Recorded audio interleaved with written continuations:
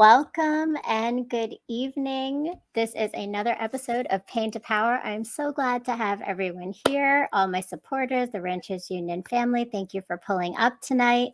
And I just want to start tonight knowing that many of us are holding heavy hearts right now for Tyree Nichols. And I want to send my condolences and prayers to his family and the pain that they now endure. And I also want to send my prayers to all the mothers and fathers who are reliving those daily fears of what it is to be Black in America. And I speak from the point of view of being a brown woman, but as many of you know, I also speak about the power of solidarity and standing up for humanity. And as an educator, my heart and passion lies in the power of education and the voices of our next generation. So although tonight I know our hearts are heavy, today I want to continue to inspire the possibility of what can be when we transform our pain to power and heal collectively through art and finding our voices. So please welcome one of these inspirational young ladies who embodies Black girl magic with her talent and entrepreneurship. And put your hands together for my guest, the spoken word artist and truly a tween destined for greatness, Lemonade Dream.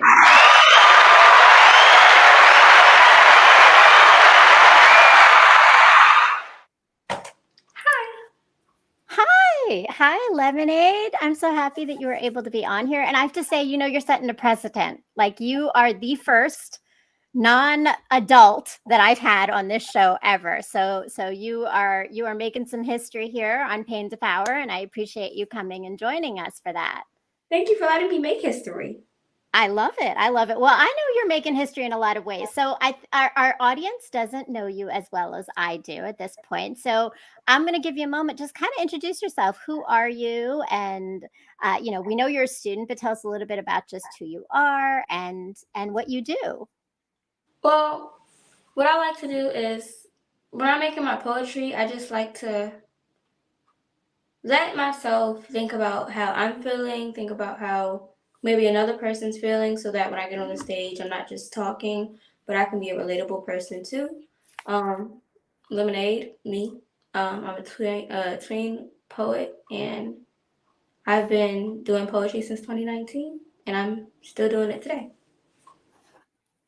All right, I love it. So, okay, and I have to ask, and I know there are going to be a lot of folks curious about this as well. How old are you? So 2019 for me is not that much longer than where I am now, but for 2019 to now, how old were you at 2019 and how old are you now?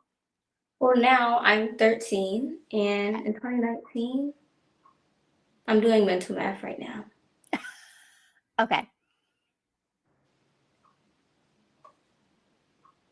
Oh, I was young. Jesus. Wow. So you haven't really thought about that as much, but how old were you when you started this poetry journey? I was 8. 8 years old. When I started, I was, Wow. yeah. And what grade? What grade? I think, no. Said it wrong. Um, I was 10, and I was in Okay. the fifth grade. Fifth grade. Yeah. Okay. So you started this journey in elementary school as a 10-year-old. I think it's really important to note all that because that's really that's powerful. And now you're 13, you're just turning a teenager. And if anybody is following you and they pay attention to your Instagram, they can see that you are doing some like transformative things and with a huge audience of not just kids but also adults, and impressing people all over. So that is what we are here to talk about, because you are such a great example of a pain to power journey. And as you said, you've been doing poetry since you were 10 now, and that's been your avenue of doing it. So we're going to kind of just get into it. First off, I want to ask you, when you think about the idea of turning pain into power, what does that mean for you? It means not muting yourself when you're in pain, but still using your voice so that other people in pain can also feel heard. Yeah. And so would you say, so you haven't muted yourself because of your poetry, I know, and thinking of how you haven't muted yourself with your poetry, tell me a little bit about your name, Lemonade Dream. So where'd that come from?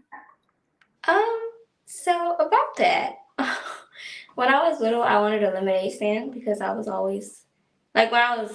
I don't want to say when I was growing up because I still am growing up, but like a little while ago, I was just hearing about all these child entrepreneurs and people making their own money and not like working for other people, and I was like, I want to do that. So I had a dream of a lemonade stand, and my mom had started this Instagram, and it all started with like a few photos at a pumpkin patch and strawberry picking, and then I never ended up making this lemonade stand, but I did end up becoming a poet, and I had the page already, so we just tweaked it a little bit, and here I am.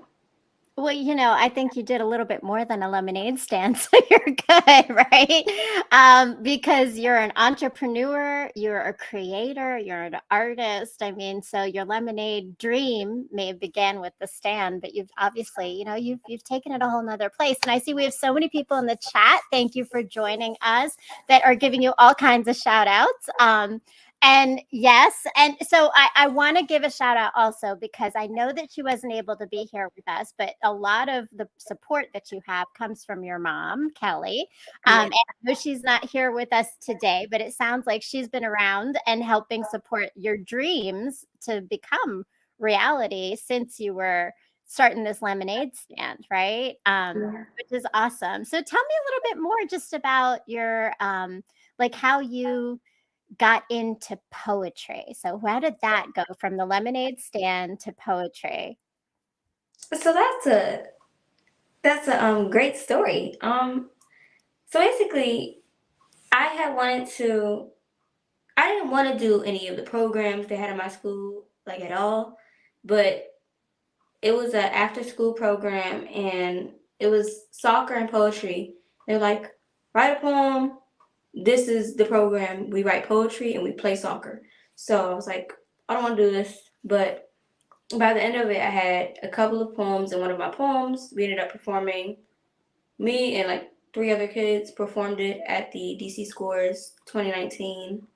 Um, I don't want to call it an event, but performance, I guess. Competition? Yeah.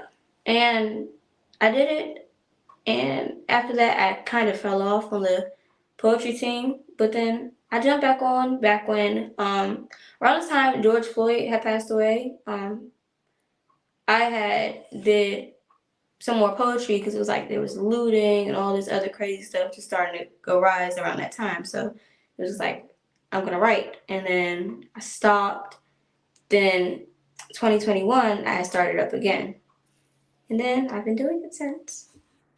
Wow, I love it. And I think I mean it's really cool that you started off not wanting to do poetry and soccer. Yeah. And I'm guessing maybe soccer didn't keep going, but poetry did, right? So well, what was it? Let's go back in that time a little bit because what was it about poetry that kind of made you stay in there? I know you said you performed, but was there anything else that got you to even want to keep writing in this after school program? After the after school program was over, I just was like, all right, that's done. I don't want to do this. Because I was terrified to perform in the beginning. I was just like, I gotta do that? No, thank Hmm. you. So it was just like, I don't know. But later on, I ended up just writing. And I was like, I did do poetry, and I had a poetry book with prompts and stuff. I was like, I just picked it up, started writing in it, and I was like writing in different like normal composition books. I'm like writing about what I see, and just I started rhyming words together, and yeah, And then you kept going. So yeah, what does poetry do for you?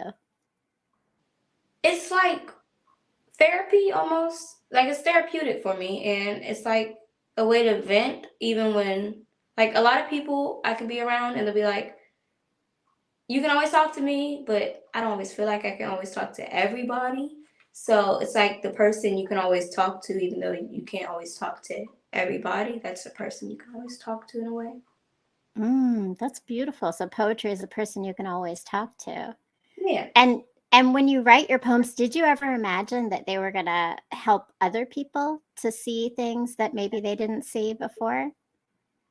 sometimes I would write poetry to make other people be like understand that they're not going crazy when they feel these ways and that it's normal to be human when they feel these ways because that's human. But in the beginning, it was literally just me writing. So, yeah.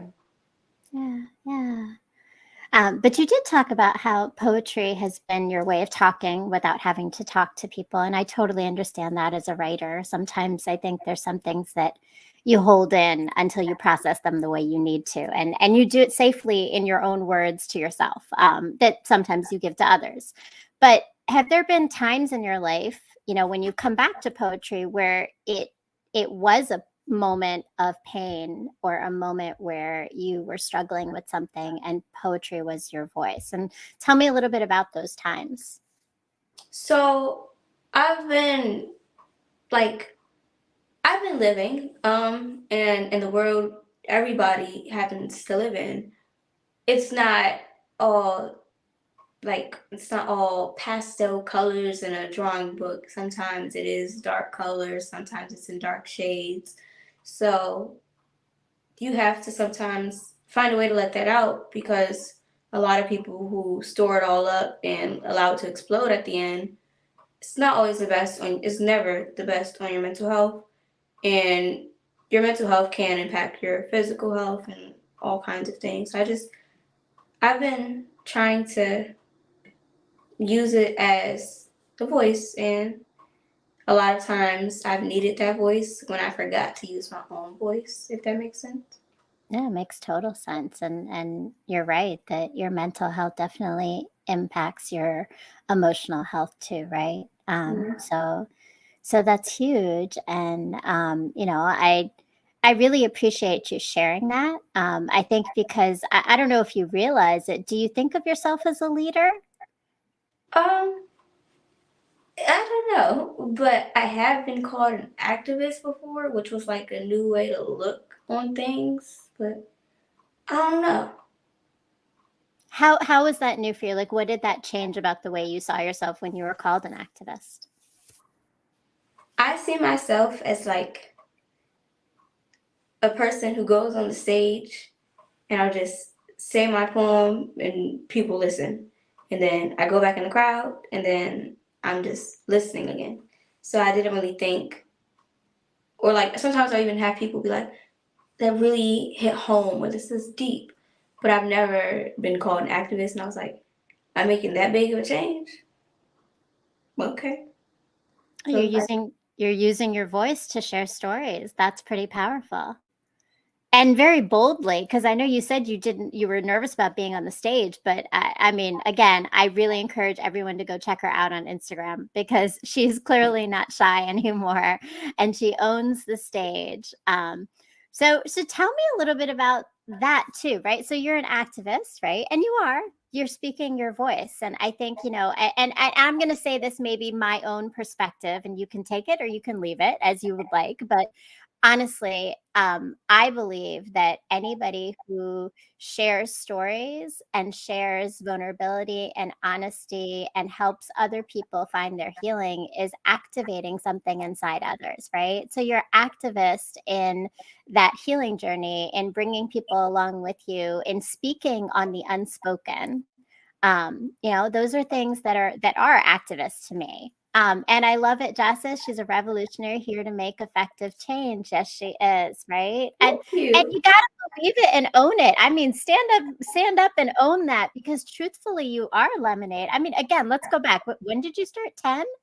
Do you know what most 10-year-olds are doing? Picking their noses and like, like there's like that's not I mean, I have some 10-year-olds in my house or have had 10-year-olds and yes, they do things like that. So to be on stage and be reading your poetry is amazing. And Miko Read Poetry says phenomenal, just love Lemonade Dream. Yes, we do, right? Because you're amazing. You're Thank you. amazing and truly humble, right? Like for all that you do and all that you have, all the popularity and the different people that you have following and collaborating with you. It's so powerful. It really, really is. Um, And Brooklyn Hunter, welcome, and thank you for joining us. As very true statement. Definitely own it, love it, be it, and you are a leader. So tell me though a little bit about, because I think like a lot of times that pain to power journey is like discovering how to move through your discomfort to a place where you feel like you can try something that maybe you wouldn't have tried otherwise. So when you started to get on the stage, what was it that allowed you to get more comfortable with that and and feel like you belong there? So I don't know, but I did notice like if I'm at an event and they're like not, if I don't feel like I'm being hugged when I walk into the stage, if I feel like heads are turning the opposite way, I'll feel more uncomfortable. But after a while, I just learned to be comfortable where I'm at because I mean, even though I'm not always going to feel comfortable, as in this is my home, it'll feel like I'm welcome here. Somebody, at least one person, will be listening to what I'm saying, and hopefully, I could help that one person if they're feeling the same way, and didn't know how to say it. So I don't know, but at first I was terrified. Yeah. I mean, I think most people, even and especially even adults, right, would be terrified. So it's impressive. It really is. And now, what does it feel like when you get up there? I mean, it still depends on the audience, but majority of the ones I've been to recently, I feel very comfortable. Like even if I'm not feeling very, very comfortable, Mm. I feel like these people came, they saw me in the flyer, and they were like, I'm still come. So I was like, okay, well you came for me then. So. They came for you and they stayed for you. So if they stayed, right? That means you hit them somehow. So like has anybody ever come up to you and said that you impacted them, that your words or your lines or the feelings that you gave them, have they shared that with you before?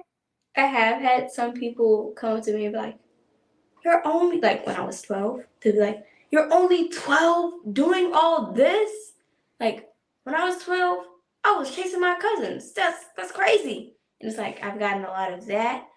And I've also had people be, like talking about how they would have never even thought of some of the stuff I'm thinking about at my age. So it's just like, it's almost like I'm seeing myself as if I'm not myself. Like if it's that almost like an out of body experience when I'm hearing that like things like that, because they're like, "This is you." I'm like, "That's me." Okay, I don't know.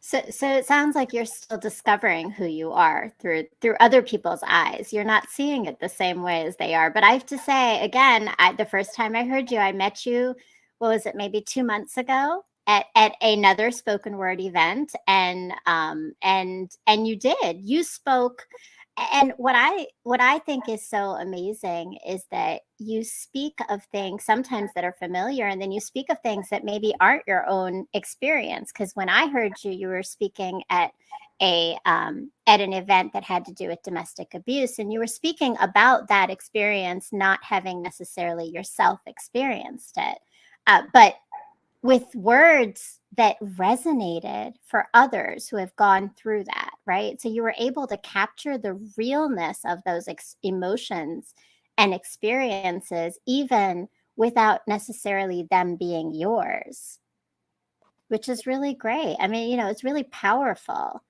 Um, so, so when you do write, what are some of the topics that tend to come up more for you, or maybe are kind of your comfort zones in writing in poetry? So I guess the okay. So I in the beginning I could not write anything motivational, and if I did, in my head, like this is corny. Nobody's gonna listen to it. This sucks. No. So like a lot of the positivity, I would just move the opposite way. I would be like I feel like negativity can be more relatable when you're in, like again, when you're in the world you live in. I feel like negativity can be more relatable because a lot of more people are going through bad things and people just having this perfect life. So Mm. I feel like even if you're not feeling this way, maybe I could have you remember this way you were feeling, like, oh, like I've written a poem, and somebody was like, that's exactly how I was feeling. I never knew how to word it. And I was like, well, here you go. Like, I'm just trying to make people understand their feelings so that their feelings don't take over them, if that makes sense. Yeah, it makes a lot of sense, and you're giving them the words to do that. And when you said that, that makes a lot of sense too, in terms of thinking about how people resonate more with the pain sometimes because it is familiar, and I think it gives them that voice. You have a poem called "Voicemails in the Closet." Tell me a little bit about that poem and what inspired it, because I think that speaks to some of that, right? Like the pain, more of the painful moments. Yeah. So that poem is, I feel like the best way to put it is just like a masking poem. Like how at some point of the poem I'm talking about how there's these, like, it's a mannequin, but only thing you're seeing on this mannequin is all this perfect stuff. You're not seeing any flaws, you're not seeing any pain. But in the closet, which is the reality of what they're going through, you're actually, like, when you go inside of there, you're seeing all of the stuff that they're actually going through. And I feel like that's pretty accurate to people in general, because you can see however you see this person. Like, maybe you're seeing this girl on Instagram and you're like, oh my gosh, she's so pretty, I wish I could be her. But you don't know what she's going through on the inside. And maybe you don't want, I feel like a lot of people don't want to go through what they're saying these perfect people go through, like, or you don't even know that these people, what these people are going through, and it's a lot, and a lot of people don't know that they're going through a lot. Yeah. Yeah, and the symbolic idea of the closet and the mask, right? But like that idea of people not seeing it. And again, you're bringing that view to make things visible that are otherwise invisible to some, and giving people the language for it, which is awesome. And I see we have so many people in the chat. We got to give some shout outs. I think this is your crew. A lot of folks here that I've never seen before, but I appreciate you coming and pulling up. Poetess Steph Marie says, wise beyond her years. Oh, for sure. For sure, for sure. Dawn Irish says, poetry speaks volumes. How I release so much. Truth speak volumes. Also, thank you so much for showing Dog, up my and lemon. pulling up. And we got lemons for lemonade. And Kelly, thank you. Go lemonade. That's mama there, right? So let's talk about mom a little bit, because I think, right, nobody does anything alone. And definitely to be a kid, you can't be doing any of this stuff on your own, right? Tell me about Absolutely how not. your mom is involved in your life in this and what she's done for you in this process. Well, it all started one day when my mom birthed me. Um, but no, when I was going through any of my journeys, whether that's poetry, just existing, she's always been there. And I feel like my mom, I don't feel like my mom has been my momager, and she's just been, I don't want to say helpful, but she's just, she's brought me to where I am today. And I gotta say, I wouldn't be here without her, because number one, I literally wouldn't be here without her. Number two, I feel like I couldn't have, like, I don't feel like I wouldn't never have been able to do this all by myself. Like, she's she's made my Instagram account. She's made sure I was staying on top of posting, making sure more people can like, I don't, getting me more engagement, getting me more people, helping me meet people, because I'm not the most social person. So she's definitely helped me with opening up to people. Like, a lot of people like, "Hi, you did so great." I'm like, in the beginning, I was just like, "Oh God, who is this?" But then it's like, "Thank you." Like, now I'm able to be more excited about it. And even though I was excited at first, it's just like I can feel more comfortable because she's the extrovert. So, Mm. when an introvert's around an extrovert long enough, they rub off on you. So she's definitely helped me. That's awesome. I love that. Your momager, right? So Mhm. shout out to Kelly for being an amazing mom. Yes, she brought you into this world, but she's obviously done a whole lot more since then, right? Which is Yeah. awesome. And that's a beautiful thing. So like as you think about that, like, I think moms, the relationship between mothers and daughters is always so interesting. And you have a very interesting dynamic in that she's your momager as well, right? And what have you learned from your mom along this way? I've learned, I mean, I've learned a lot from her, but what I've really learned is that how, from her, I've learned how to be more grateful. Like, I've always been grateful, but like to see myself from another view also, because I've just been able to see that it's more than just, oh, I'm going on the stage, people gonna hear me, whatever. It's like I'm going on a stage, people are gonna hear me, somebody's gonna follow me back because they enjoyed that. So I've probably made a difference in their lives. Somebody's probably gonna want to come to another show or event that I'm doing, and they're gonna want to be there to hear me again because I made a difference in their lives. Maybe I made them shed a tear, and that just, Hmm. it means more than just the words. It gives you a feeling, and it's just like I'm glad I was able to do that. Yeah, and that's a beautiful thing because that gives you a lot of purpose for what you're doing. You're impacting people. Yep, she And gave me a drive.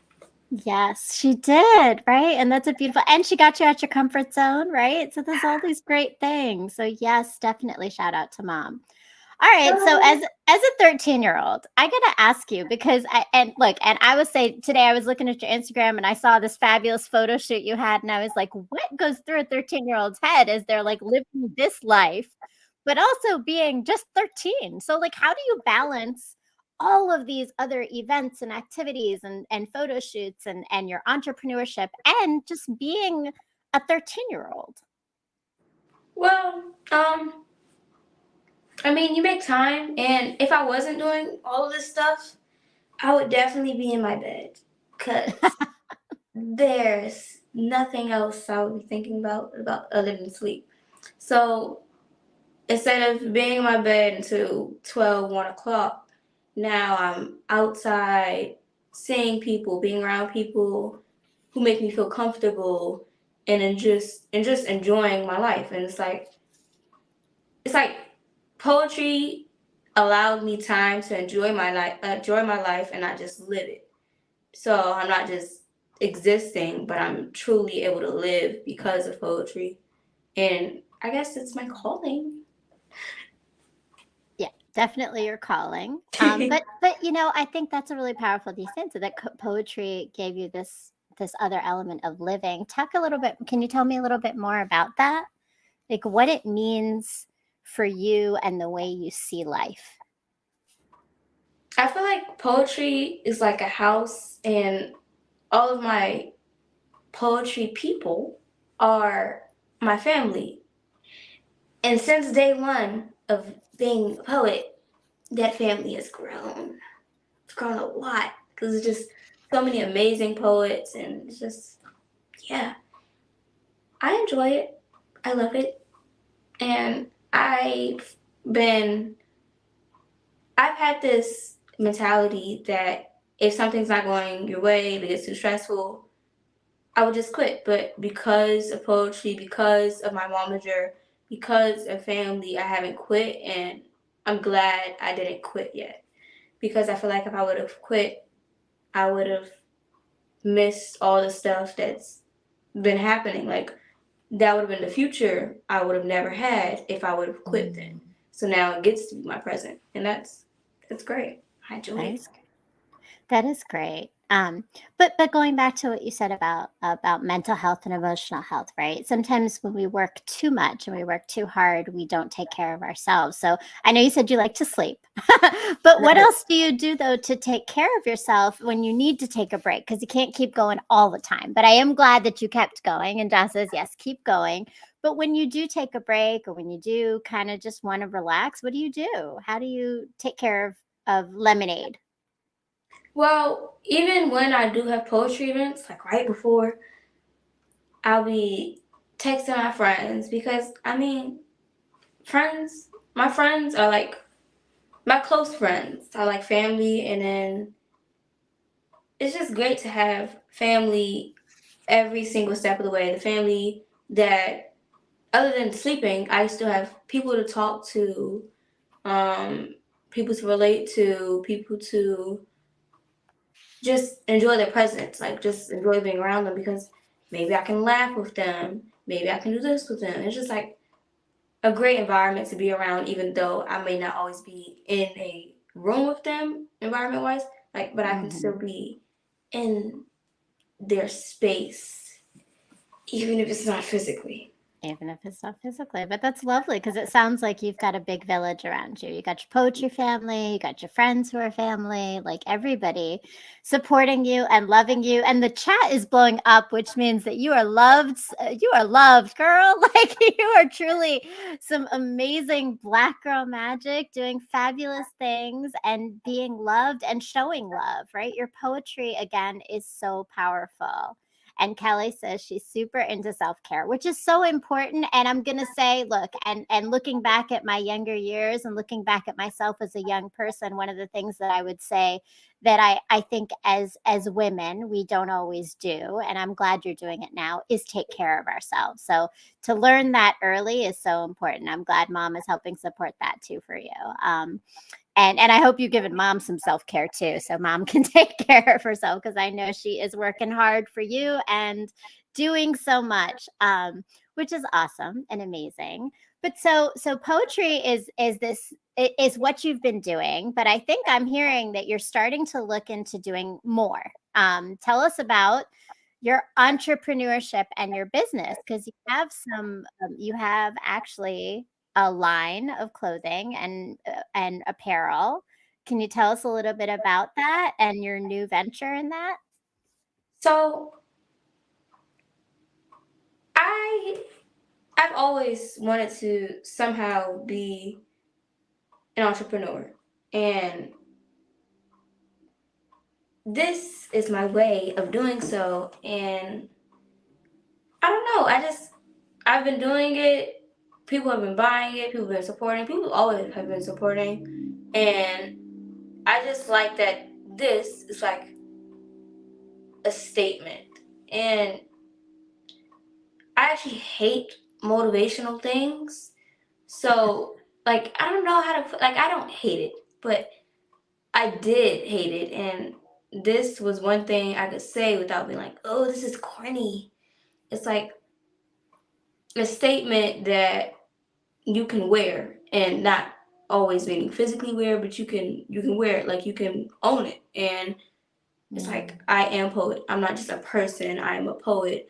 I'm not just this. I am this. So it's like you can put a spotlight on what you are and not just hide in the dark almost. I don't know. It's just I enjoy my apparel line and it's great. I love it. And Jess says, "Me too, lemonade. The motivational speakers be capping sometimes." LOL.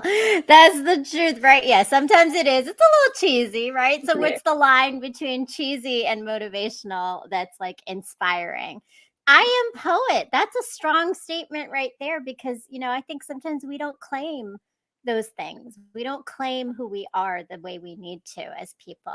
So that's great. And go and check out her apparel. Go to the website Team Dream Apparel. Make sure you purchase some of her items. I saw you have some mugs and what else? I saw some other things on there. I know there's t-shirts, there's mugs. What other kind of apparel and different items do you have? There's sweatshirts, hoodies. We have pens, as you can see. We have totes, Love it. and that is just what we have right now. But there's more to come, so keep an Okay. eye Okay. out. Okay, we're watching. We're watching because Lemonade is doing some things. So, other than the business, what do you have any other big plans? Are you thinking about writing a book or anything else that's coming up for you, is like as you think to the future, maybe not today, maybe not tomorrow, maybe not this year, but like as you think about like, what do I want to do as I keep expanding in this? Have you thought about the next step for you? I do have a book that I've been writing for a little while now, but I want to have a book before that. So right now that's what we're going to be working on next. Okay. Yeah. And is this a poetry book, or are we keeping it on wraps? This is like one of those ones where just follow me and you'll find out. Yeah, that sounds great actually. Let's do that. All But right. yeah, I All do right. want to Well, be an author, and I am a author in the making until my book is published. well, look, we got our eye on you. We're watching. We're watching. We're supporting. We are all here for it because you're doing amazing things. And at 13, right? Like, which and I know I keep saying it, but it's because it really is impressive. It really is impressive, that you have that drive, that you have that desire, but also that you have that insight into thoughts and emotions and feelings, right? Like you said, those words aren't just words. They ignite things in other people. And that's really powerful.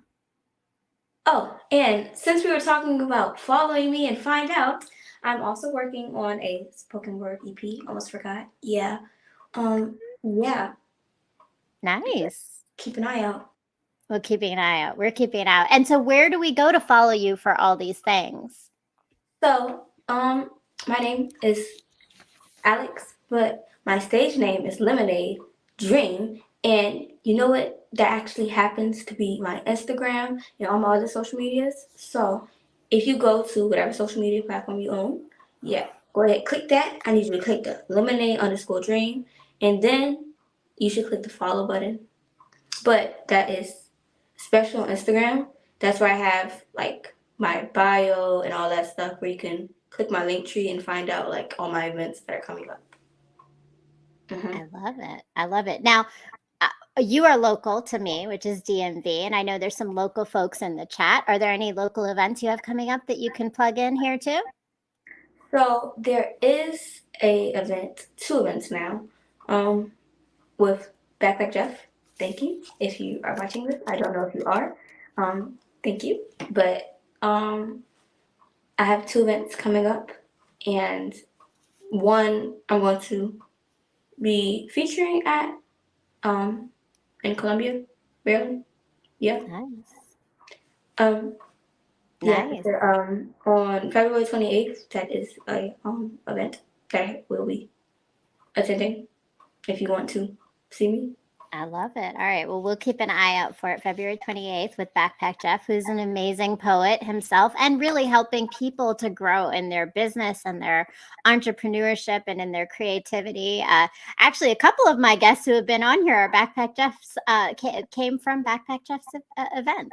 So that's pretty cool, definitely. And I don't know if you have ties to them, but Whiskey Girl has been on my show. I don't know if you've met her yet, but she's another great, amazing poet. And I've had Rodney Cloud Hill, who is an author, who is also at Backpack Jeff's event. So yeah, definitely. We're going to keep following you and continue to watch all of your things and see how you grow and expand in all of these things.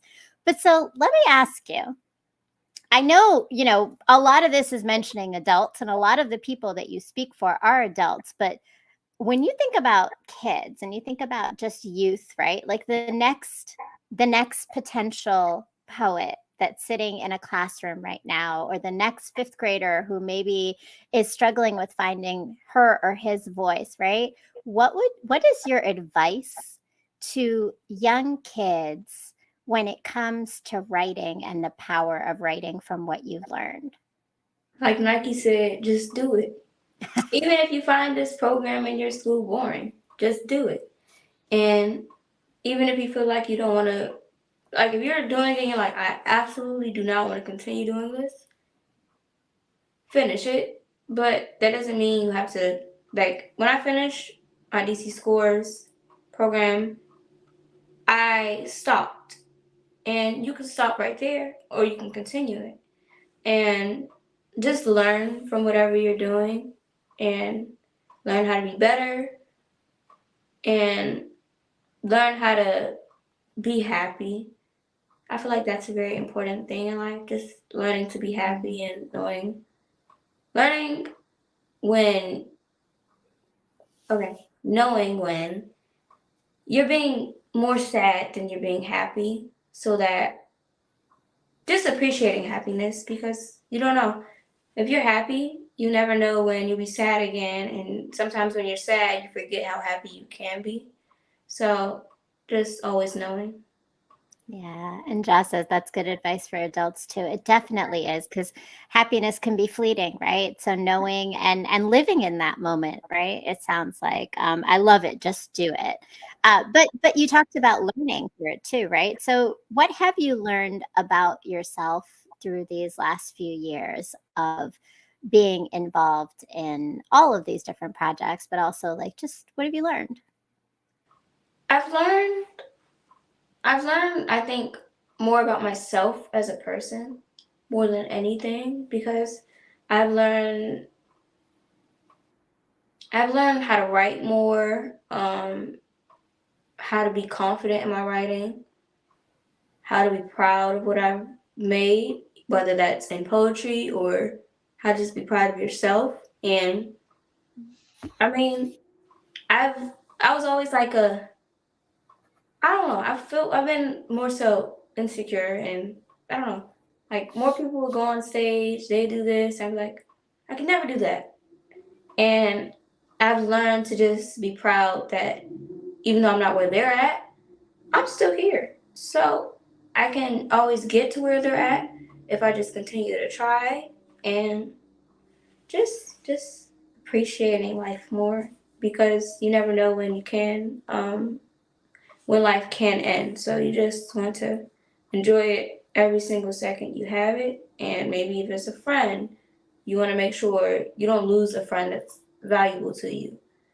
Don't lose people in life that are valuable to you, because you never know where you'll be if you don't have them. Mm. So true. So true. And again, that's the importance is recognizing and valuing what we have and appreciation is a big part of I think healing, right? And obviously poetry has been a big part of your healing, but in other moments in your life, is there advice that you have of things that and Jess says she's really wise. Yes, you are very, very wise. Um, and and that's a powerful thing to have wisdom, because I think wisdom is also a great healer in many ways, because when things get hard, like you said, right, not everything's going to be good, you need to have a way to heal through them. So aside from poetry, um, have you had moments in your life where you've had to find your power in your pain, and what was that like for you? So, in April of 2021, my father passed, and that was my pain, and I didn't really know how to find my power, because I felt like I was no longer in control. I felt like my emotions were in control at that point. Like, I didn't have any control. Nothing mattered anymore. So a lot of things that I was working on, I just was like I got very negative. I had a poor mindset. It was like almost like I wasn't myself anymore. And I mean, that's true. You're not yourself. Like, every single second, you're not the same person. Like, people say every single day, you're not the same person you were yesterday. Every single second, you're changing. So after that, it was just like didn't know who I was anymore. I didn't know how to find myself again. Like, I was drowning, and I couldn't find out how to get back up, even though I knew how to swim. So even though I knew what happiness was like, I couldn't remember it. Mm. And that's why remembering your happiness can be important when you're in a sad place, because that can be like, it could be a floaty. And when you're like, say you're swimming, you don't have a floaty, you can't swim. Okay. we know where that goes. But with a floaty, you can always come back to the top. And happiness can be your floaty at times. And I feel like you just need to always have happiness to bring you back from sadness. I don't know. Yeah. Well, my condolences for the loss of your father. But it sounds like you were able to find your floaties of happiness to bring yourself back. And I'm glad that you did. You know, I think obviously changes in life and unexpected changes definitely can hit us, and they can knock us down hard. And that's adults. So for kids, it's a whole lot more. It's a whole lot more. And for you to have maintained and gotten back to your power is says a lot. Says a lot about not just your wisdom, but your strength. That's a beautiful thing, Lemonade. You're just such an amazing person. Like I could sit here and just chat with you for a little bit longer, right? Like, I'm so inspired. You.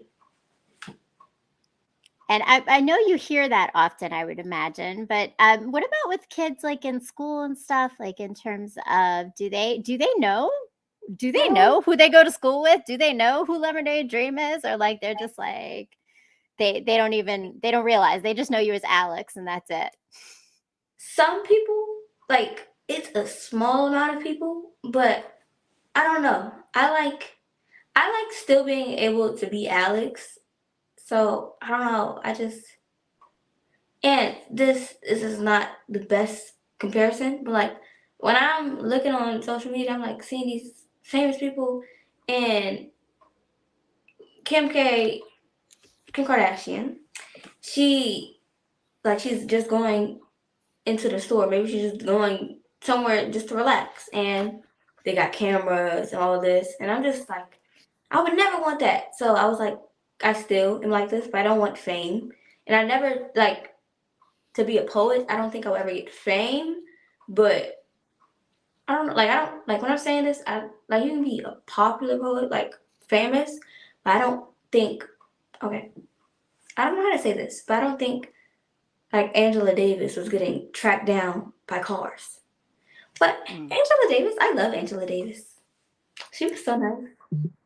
Yes, yes. And yeah, I mean, so I guess celebrity when it comes to paparazzi and things is a little different, but there is celebrity within poetry. It's just a little Yes, different, right? I know. No, I And get it. but that's a cool thing, you know. And you said something which made me like wonder, because I have to say sometimes for me, I go through like I have a second persona. I think sometimes like I have to bring in my brown girl interrupting when I'm Maria at times. But so do you switch a little bit? Do you change a little bit who you are from like Alex to Lemonade in your mind, even if not like big time, but like in your mind, do you do a little bit of a shift? Um, Sometimes I accidentally do become a poet when I'm supposed to be Alex.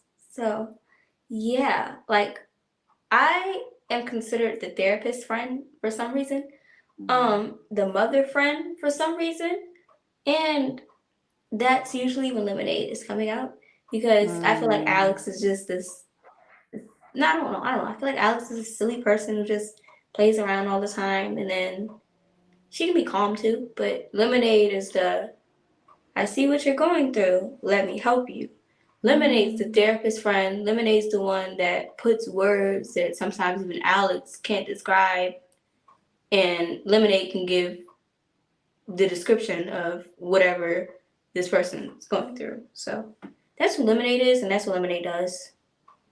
I Lemonade. love I love it. And you really pinpointed exactly what it is, right? Yeah, it's just a random switch. I think it's okay. I think it's okay to have different parts of you. It's not that they aren't all part of who you are, because it's who you are, right? You know, I'm sure it is who you are, to be nurturing, to be wise, to give people advice, but it might not come out in all parts of your life, and that's okay. I've learned that myself just in my own experiences, is that it's all of me, but sometimes parts of me only show, and Yeah. it's okay, right? It's a good thing. Oh, well, thank you so much for all your time today, Lemonade. I've had such an amazing conversation with Over you, and that I fast. know It went pretty fast. Well, we have a couple of videos we want to watch. So I want to show people some more about you. So we are, unless if you would like to keep chatting, let's chat, girl. Give me, what do you want to know? We could talk some more. I look, I'm always open to more conversation. So and actually I did have another question for you because I am a teacher and I have to ask because you started at such a young age. I taught third, fourth, and fifth grade, in fact. So fifth grade was like my happy place in life. I loved fifth grade. I loved the fifth grade age. Um, I want to know because obviously you said that you didn't love necessarily the poetry after school poetry, right? How were you feeling about writing and school before all of this happened? And how do you feel now? Or has it changed at all? So I feel like I wasn't as, like I said, I wasn't as confident as in myself or in my poetry. I mean, well, my writing. But now, looking back at it, I can just be like, I've been growing this whole time, and for my age, I was writing pretty good. Like not to, not to toot my own horn, but it was like I didn't give myself enough credit for what I was doing almost, and it was like you did good. You always doubted yourself. Don't doubt yourself. You're doing good. You're gonna continue doing good as long as you think you're doing good. So I don't know. I love that. And but you didn't realize it. So thinking about that, like were there individuals like adults in your life in school that showed you those things as well? Or do you think that like you didn't get that encouragement to even see it yourself? Well, I definitely did get the encouragement, and everybody was like I got awards and stuff in school. Like it was like three kids that got this award for like best, like not best writer, but like it was something, and I don't remember what it was. It was like a good writer kind of Mm. reward, and I don't remember what else. But I got that, and it was just like I forgot the question. Well, no, I think you said it, right? So you people actually did notice that you were a strong writer, but you were doubting yourself still. So what made you doubt it then? Even though you were Um, getting the awards and everything? I feel like even after that, it was just like I'm just doing stuff. People like it, yeah. But I had when I got those awards, it was a literacy award, and when I got it, I just was like, Mm. thank you, but me, and I was still doubting myself, and just looking back, I feel like when it's your present, you're not really noticing it until it's your past. So a lot of stuff that applies to a lot of things. Like say you don't notice a lot of things until it's your past, whether that's a person, whether that's whether that's just existing. And I feel like I didn't notice it. I never gave myself a pat on the back, even when I was getting pat on the backs from other people.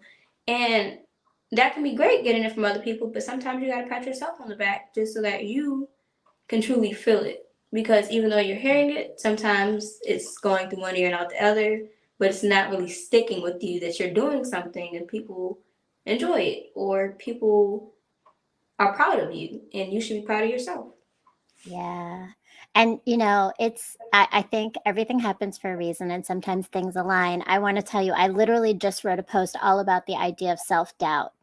And that comes up, right? And exactly what you said about you have to believe yourself, your power and what you do, because it can't just come from everybody else. And I think a lot of that is exactly what you said. It's like because when you're down or when you worry about yourself, like you have to have something that reminds you how powerful you are, the magic that you hold in your words and your way of looking at things. And so my hope for you is that as you keep moving that self-doubt goes down and that you keep building up your positive, like recognizing and knowing how much you are bringing to the stage, to the page, wherever it is you're putting that information, and how powerful and inspiration it is for so many people. And so, I again, like, it's beautiful. It's been beautiful to talk to you. It's been beautiful to have this evening with you. Thank you so much for your time. And thank you to Kelly, mom. Got to say a shout out to mom because I'm a mother of four and I know that no kids get to any place they are without their mamas behind them. So and you said it yourself, right? She has been there. So shout out to her. Shout out to all of our audience members, all of your friends who have come and joined us and supported us. The Ranters Network was here. I saw so many of my friends from the I Rant Network and showing up, pulling up. And shout out to everybody watching the rebroadcast. Please make sure that you follow Lemonade Dream. Go watch and see her apparel. Go check out, go purchase some of those items. Make sure that you are following her next performances and obviously whatever next EP and book and whatever is coming up. Go check her out on Instagram, see her LinkedIn, and please make sure to follow me, Brown Girl Interrupting. If you're new and you haven't met me before, welcome, and I'm so glad you're here. Please click the link below and subscribe so that you get all of my shows. I'm here every Sunday at 9 o'clock interviewing so many amazing people, just like Lemonade Dream, sharing their stories of pain to power. And we're closing out tonight. I have just a few last thoughts and shares that I would like to do. And I know that I started off in a space where we were reflecting on so many things that are going on in the world right now. And I just want to say, I know today we are at the almost end of January. Can you believe that? Almost the end of January. It went so quick, right? But so February is right upon us, and February is Black History Month, which I want to make sure everybody recognizes and knows. We are talking about 365 days of the year, not just a month. We must recognize and reflect on the history of Black America and the history of America and the impact of that. And so I want to make sure that as we're walking into February, that we are all continuing to find our voices, our outlets, and that power of healing. And thank you to my producer, Ja Logic.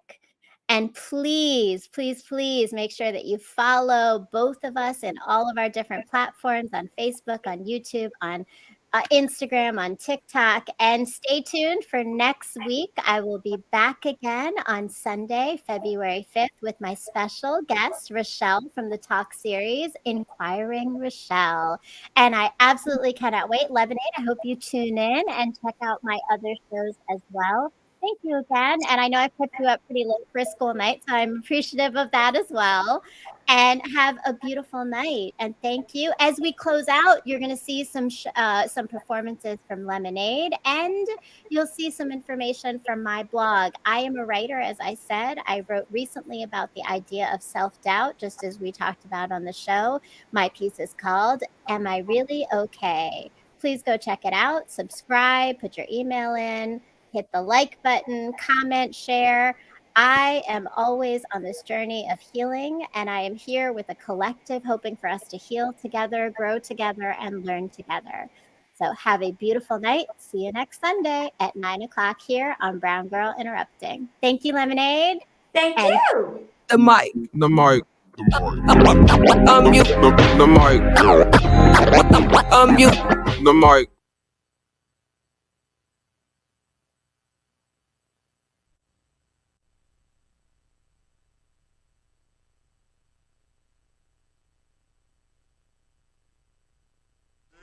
Hey, with lemonade, I was afraid. Was a nigga what you made? Would I be okay?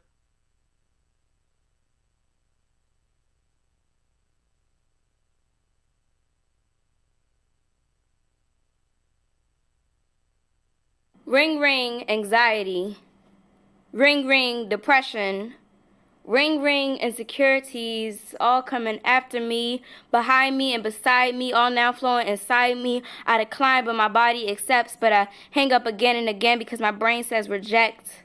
Voicemails and messages flooding my phone, but all the calls are deleted, never shown. Alone, lonely, alone. Anger heats and makes the phone explode. All the calls that were missed lets everyone know that the happiness was on a mannequin. while the anxiety, depression, and insecurities were hiding in the closet. My closet. A closet. Just a closet filled with old skeletons with my old phases and emotions, and my voicemail that, once heard, changes faces. The hidden clothes, the lies hidden underneath my nose. Yes, my nose, hidden so no one knows. Who knows? I let them sit until dust covered my clothes, a closet of calls, a closet of skeletons, yet you only see the new clothes.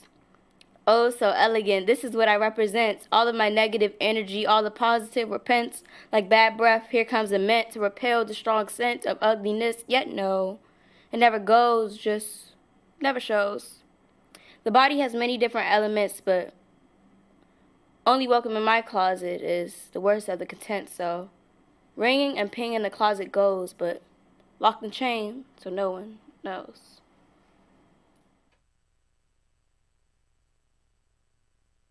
Your flaws? Gross. Any imperfection? Disgusting. That's Vogue's beauty standards. But, and people who starve themselves to look decent and presentable in a swimsuit. Obtuse? Become more like me and be acute. Rectangle? Be more of a triangle. You look like all you eat is meat. Why so fat? Be skinny like me. Oh, ew. You have acne. Ew, zit face. Don't hang with me. Oh, you have vitiligo? Stay back patches. Only soft, clear skin without any imperfection. If you have curly hair, only straight looks nice in a messy bun. Do you like ripped jeans? So classless. Oh, you went to Dollar Tree for groceries? I see this must be poverty. Comments like these just ruin society, dividing and subtracting and picking apart the community. The girls on magazines shouldn't be who you want to look like. I think we look just fine, and our differences make us divine. Don't discriminate. Let's stop Asian hate. Doesn't matter the race or skin shade. Let's stop the hate. Just because of a disability doesn't remove you from the majority. Hi, my name is Maria, but you are soon going to know me as Brown Girl Interrupting. And what I mean by that is that very soon, hopefully, you're going to be following my blog. I am a writer, and I started writing because I was married, I had children, and then my life changed when I separated, and I did a lot of learning and reflecting and growing in that process of change, because change always leads us to that. And I've decided to share that with the rest of the world, because sometimes hearing that someone else is going through the same thing as you, or understanding and putting words to the feelings and experiences we're having, helps us to heal from them, or grow from them, or learn from them. And so that's what my blog is. It's writing about life, healing, relationships, parenting, dating, marriage, pain, love, mistakes, growth, and coming out whole still in all of it as a human, flawed, but always open to new things. So that's my life, that's my journey, and it's written in this blog. But my hope is that you are going to go to www.browngirlinterrupting.com and join and subscribe to the blog and read all about my story to help you maybe gain some perspective on yours. You ready?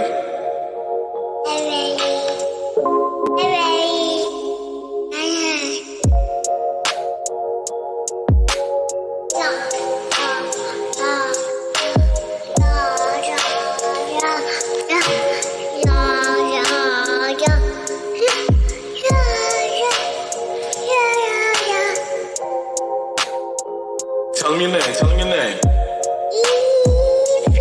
Word to you, she only one. I swear she the only one. A, B, C, D, E, F, G, H, I, J, K, L, M, N, O, P, Q, R, S, T, U, N, V, W, X, Y, Z. Now I know my ABCs. Next time, won't you sing with me? It's Black Genius and AV. A is for apple, B is for ball, C is for cute, but that's not all you are. D is for discipline, that's how you evolve. F is for failure, that leads to G, that's growth. H is when in harmony, then I's invincible. J is for the journey, that's the only way you'll know. L is for the love, the lesson learned, it comes and goes. M's for motivation, money doesn't matter most. N is for no, don't get caught up in the norms. Never overthink, cause you the only one you owe. P is for the power of a positive approach. Q is for the quipping quality of daddy's quotes. R is for respect, watch how you represent your role. Cause everyone won't judge you by the contents of your soul. Sometimes life gets scary and our troubles take a toll. Universal understanding is our compass through the void. W's for warrior, the blood of who you are. X don't really rhyme with much, let's just say xylophone.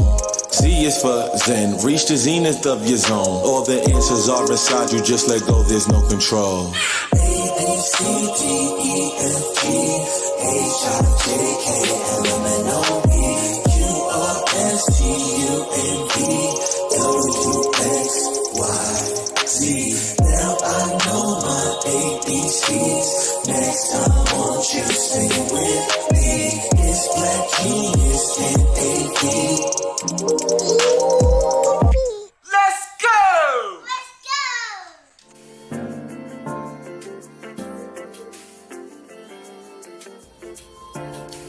My world has slowly crumbled around me countless times, and every time I rebuild with the pieces I've been given to birth something so transformational and beautiful that no one else knew might exist before it was shown to them. These moments tend to coincide within my romantic path. The universe has been telling me to focus on the revolution and not romance. It has over time given me the tools, resilience, and light to turn my pain into power. And only now do I see that the key to this always resided in the love and knowing I had in myself, not from the external sources of family or men. The message I have been avoiding might be that my time in this world I had existed in was not to receive love, but to put it out there for others to see, feel, and heal through. Revolution before romance moves pain into power.